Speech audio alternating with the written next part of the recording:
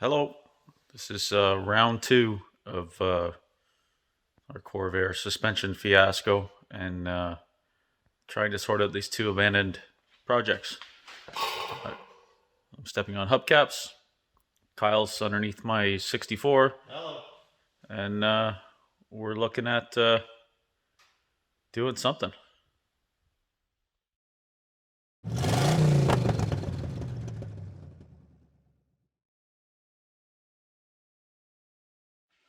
Here's Kyle.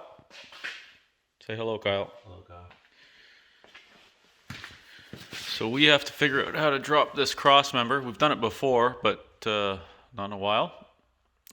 Drop the cross member out of this car, and then we're going to drop the cross member out of the 62 sedan that's next door and swap them. Fun. Oh, yeah.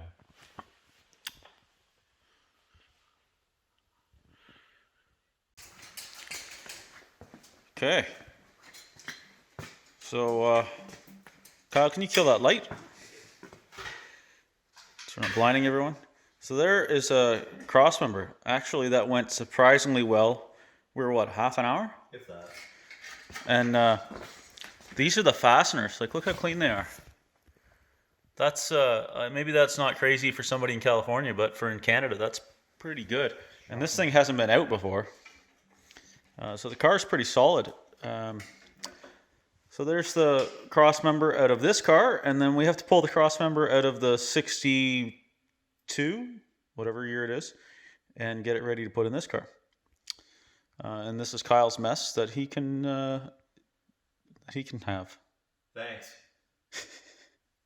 And then we're also going to, you see on Corvairs, the fuel tank's in the front. We're going to drop this fuel tank because Kyle was nice enough to paint up another one for me and clean it all out and everything. Because this one probably still has fuel in it from the 80s. Something. Oh, it's got something. Trunk floor is good, which is a surprise for Corvairs. The horns are still in the actual regular place, which almost never happens. We're probably going to try and pull the steering box out too, because that 63 has a brand new shiny 60 rebuilt. Shiny. It's the word of the day, shiny. Rebuilt steering box. So we're probably going to pull that out and put it in this car if we can, if it's not too big of a job. The rest of the car looks pretty good. Typical Corvair stuff, but pretty clean. Very.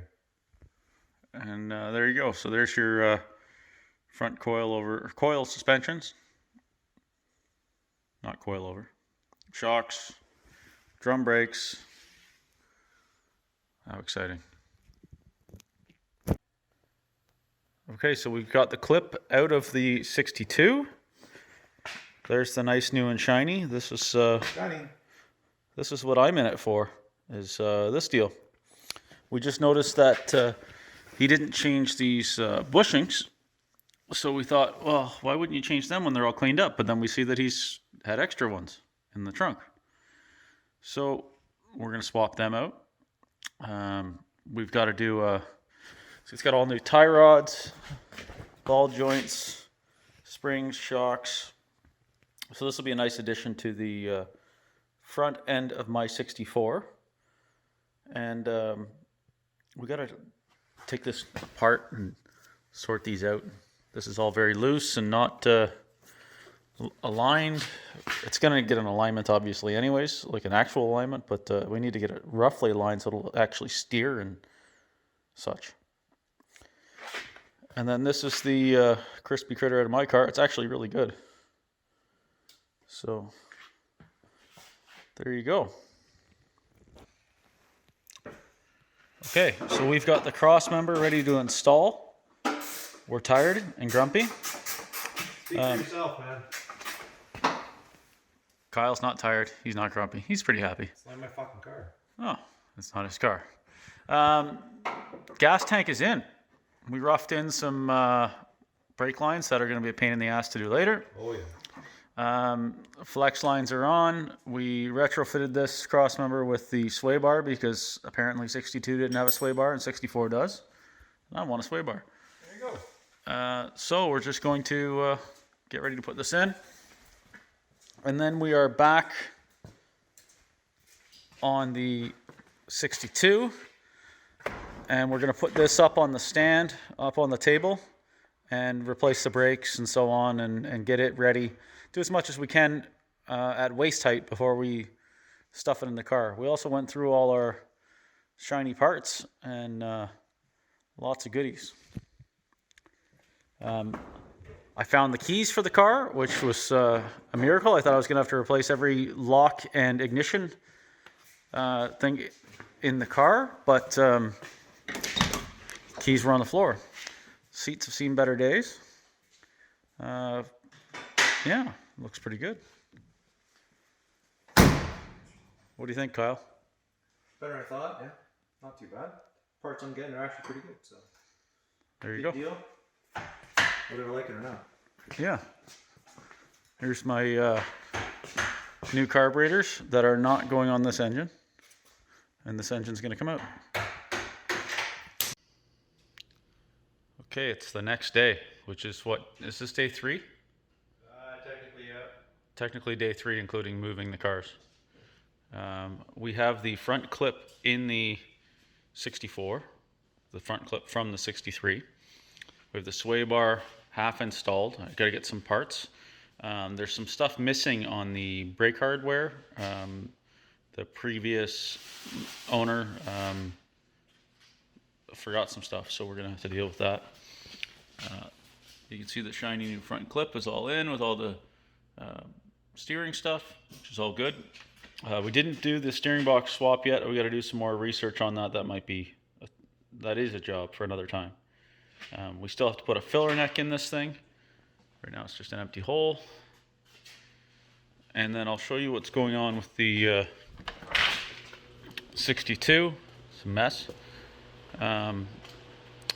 So the 62 clip is still out. We've been working on it. We've got the brakes all apart. Unfortunately, we're short on some parts. So we're going to assemble it as much as we can, get it back in the car, swap the shocks out first, probably do the rear shocks as well, try and get as much done on this car as we can, and jam this thing in so it rolls and steers again, and then it goes back to Kyle's for forever. Yep. And you can tell he's thrilled. Overall, it's coming along. Wins and losses, missing a few things. You try and be as prepared as you possibly can, and you're never prepared enough. So right now we're going to do the brakes actually on this thing look like they were assembled and then the thing was parked, but you can't leave them that way. So we got to pull it apart, go through it, replace the wheel cylinders, replace the flex lines, see how bad the steel lines are. If the steel lines are bad, I'm gonna leave them for another day because the engine is coming out of this thing very soon. That's it. Okay, just looking at 50 Shades of Purple, and check this out. Nice, clean, and pristine interior. That's nice. You got to paint it some color that goes with that. Yeah, I think. Anything but purple. Anything but purple. And you can see that steering wheel's that nice marina blue or whatever it is as well. They painted the dash to match the car and the inside of the doors, but I don't know why. you can do that again. You got your JVC cassette deck. Oh yeah. That's awesome. Let's show the engine bay. We won't look at the rust. So this is I believe this is a PG car that's been converted to manual. But this is a late model 110 horse, horizontally opposed flat 6 engine. Yeah, you've got some sorting to do, but it's pretty good. Ooh, you need to change this fan, buddy. Did you see that? Chunks out of the fan. Hmm. You know, that's from having too long of guide bolts. I've seen that before. I've never seen one broken before, but I've heard it before where you're got a mystery tap and you're trying to figure it out. You're like, oh no, my engine's blowing up. I've seen it where these are too long, and I've seen it where these come loose. On Sharon's 63, they came loose, and it was making it sounded like the whole bottom end was gone out of it, but it was just this thing here spinning around, flopping around. Yeah, so this is converted to, oh, this is already converted to an internally regulated alternator. Yeah, because when you do that, that's what I was telling you before. You use the Corvair front of the alternator and use the back out of like a 78 Camaro. That's really the same alternator as like on a 350 Chevy. And you use all the internals, and you just, all you're doing from the Corvair is you're taking the fan pulley, because it's important that that goes that direction. And you're taking the case, that, like this front case that mounts those two mounting bolts down there. And then everything else is all new 2-wire alternator, which is what this is. I think this is a 2-wire internally regulated alternator. That's what it looks like anyways, which would make sense. Oh yeah, it is too. Because they've done the trick where you put, that's a crude way to do it, but you put it all on one lug. What I usually do is I get a junction block and put them all together. But A bit cleaner. yeah, and then you can lose this all together. So that's a win for you. So you don't need to buy an alternator. There's your color. See, that blue is a nice color. I'll have to run the VIN and see what it was. And What happened? why wouldn't you go the same color? I don't know. Now it doesn't match the interior. Yeah, that blue is a nice color. That blue with the white roof is really nice. It's 769, so it's a Monza Sedan. I'm not sure what paint code E is.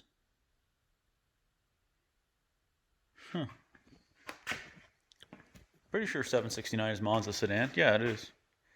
So it would have had trim in the front that they've got rid of. Never should.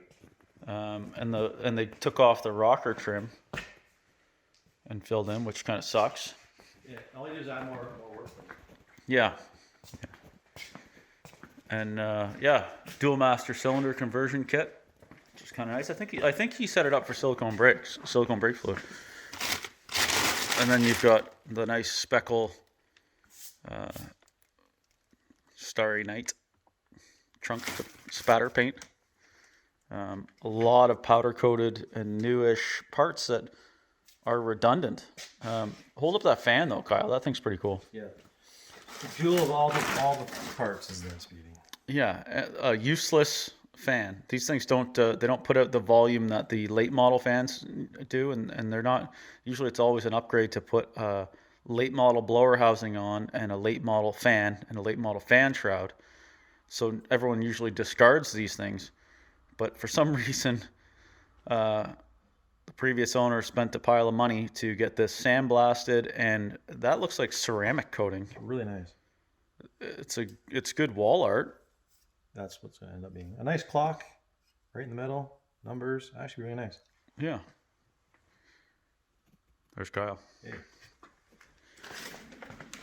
Yeah. He did this tunnel pan that goes on the inside. Which is rusty, got a hole in it. Why would you sandblast and powder coat a piece that has rusty with a hole in it? Oh, that's odd. Lower shrouds. There's a bunch of good stuff. Bits and pieces. A couple of sending units. Yeah, so what we're doing now is, I should show you while I got this going. Front end, as I said, is in. Back end, we've done the brakes.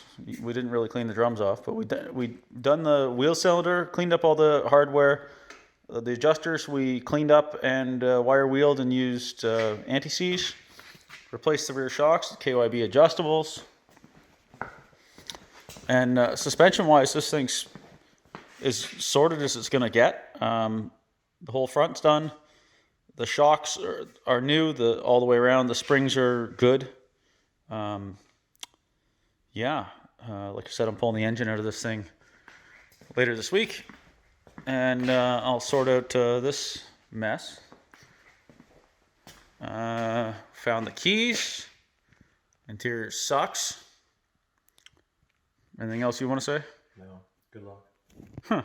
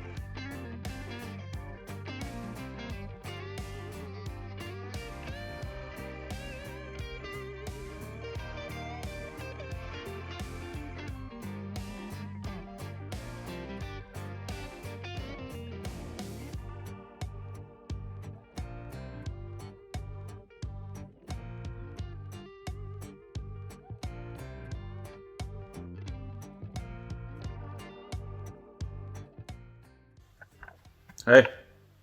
Hello. Hello. There we go. So we're done for today. 4 days of it. Yeah, not bad. So what did we do? What did you for your car?